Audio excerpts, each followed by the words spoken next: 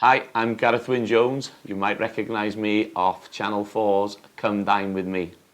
I love sharing my experiences of farming and cooking with people from all over the world. As a father, my priority is to keep my family safe and healthy. Well, that's why I'm a big fan of one of these. What is it? It's a smoke alarm, and this could save your life. It's so easy to burn food when you're not concentrating. Luckily, I've had smoke alarms fitted for free thanks to the Fire and Rescue Service. The Fire and Rescue Service can provide you with a smoke alarm free of charge.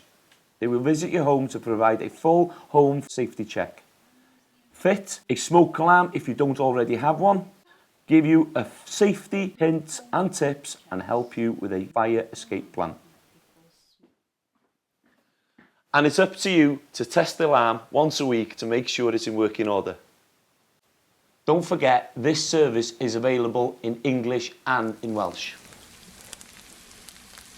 Please get in touch to keep your family safe from fire.